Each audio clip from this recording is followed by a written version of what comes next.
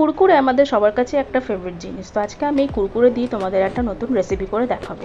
তো কেমন আছো বন্ধুরা? সবাই খুব ভালো আছো নিশ্চয়ই। তো আজকে আমি তোমাদের সাথে শেয়ার করব কুরকুরে চিকেন পকোড়া। তো আশা করি তোমাদের ভালো লাগবে। তো এটার জন্য প্রথমে আমি একটা 10 টাকার কুরকুরের প্যাকেট নিয়েছি, দেন সেটাকে আমি ভালো করে মিক্সিতে গ্রাইন্ড করে নিয়েছি।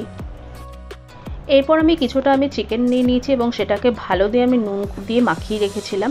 দেন তার উপর একটু সামান্য নুন, সামান্য লঙ্কার গুঁড়ো, সামান্য চাট মশলা, সামান্য বিট নুন দিয়ে দিয়েছি, আর দিয়েছি কিছুটা কুচো করে দেওয়া ধনেপাতা। এরপর সয়া সস দিয়ে দিলাম, তারপর কিছুটা ভিনিগার দিয়ে দিলাম, অ্যান্ড দেন সবার লাস্টে একটা ডিম দিয়ে দিলাম। আর হ্যাঁ, সবার শেষে আমি 1 থেকে 2 চামচ কর্নফ্লাওয়ার দিয়ে নিয়েছি এবং দেন পুরোটাকে আমি খুব ভালো করে মিশিয়ে নিয়েছি। মিশিয়ে নেওয়ার পর ম্যারিনেশনটাকে আমি কিছুক্ষণ রেখে দেবো, খুব বেশিক্ষণ না, 10 থেকে 15 মিনিট মতো রেখে দিলেই হবে। তো আমি এই জিনিসটাকে এখন 10 থেকে 15 মিনিট আমি রেখে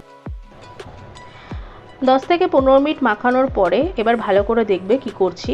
আমি একটা চিকেনের পিস নিয়ে আমি যে আগে থেকে যে কুরকুরেটাকে গুঁড়ো করে রেখেছিলাম সেই কুরকুরের ওপর ভালো করে ওটাকে আমি কুরকুরে দিয়ে চিকেনটাকে কোট করে নেব এবং আস্তে আস্তে প্রত্যেকটা চিকেনই আমি এরকম করে কিন্তু কুরকুরের মধ্যে দিয়ে সেটাকে ভালো করে কিন্তু আমি কোট করে নেব।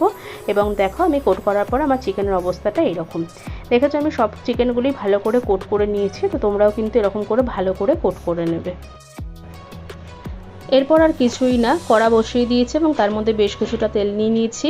তেলটা যখন গরম হয়ে যাবে তখন কিছুটা করে চিকেন নিয়ে ভালো করে ভেজে নিতে হবে। সব চিকেন কিন্তু একবারে দেবে না, কিছুটা করে চিকেন নিয়েই ওটাকে ভালো করে গোল্ডেন ফ্রাই হওয়া অবধি ভাজবে এবং একদম মিডিয়াম আঁচে কিন্তু ভাজবে। যদি হাই ফ্লেমে ভাজো তাহলে কিন্তু চিকেনের বাইরের দিকটা কুক হয়ে যাবে কিন্তু ভেতরটা কিন্তু কাঁচা থাকবে। তো এইভাবেই আমরা ভালো করে ভেজে নেব এবং দেখো এইরকম গোল্ডেন ফ্রাই অবধি ভাজবো। ভাজার পরে সেটাকে তুলে নেব। ব্যাস, আর কিছুই না, আমাদের চিকেন পকোড়া কিন্তু রেডি। কেমন লাগলো রেসিপিটা আমাকে কিন্তু অবশ্যই জানাবে। আর যদি ভিডিওটা ভালো লেগে থাকে তাহলে প্লিজ একটা লাইক করে দিও, কমেন্ট করে দিও, শেয়ার করে দিও আর চ্যানেলটাকে সাবস্ক্রাইব করে দিও। টাটা।